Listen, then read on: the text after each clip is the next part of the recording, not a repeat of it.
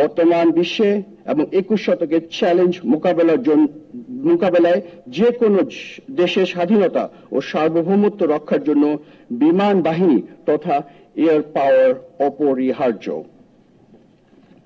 তাই বাংলার আকাশ রাখিব মুক্ত এই মূল মন্ত্রে উজ্জীবিত হয়ে বাংলাদেশ বিমান বাহিনী দেশের আকাশসীমার উপর আগত যে কোনো হুমকি বা আক্রমণ মোকাবেলা করতে পরিপূর্ণ সক্ষমতা নিয়ে সর্বদা প্রস্তুত আছে।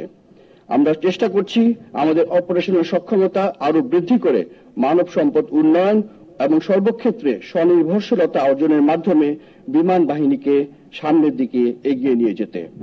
মহান মুক্তিযুদ্ধের মধ্যে দিয়ে ক্ষুদ্র পরিসরে গড়ে ওঠা বাংলাদেশ বিমান বাহিনী আজ একটি সুসংগঠিত ও পেশাদার বাহিনী রূপে আত্মপ্রকাশ করেছে।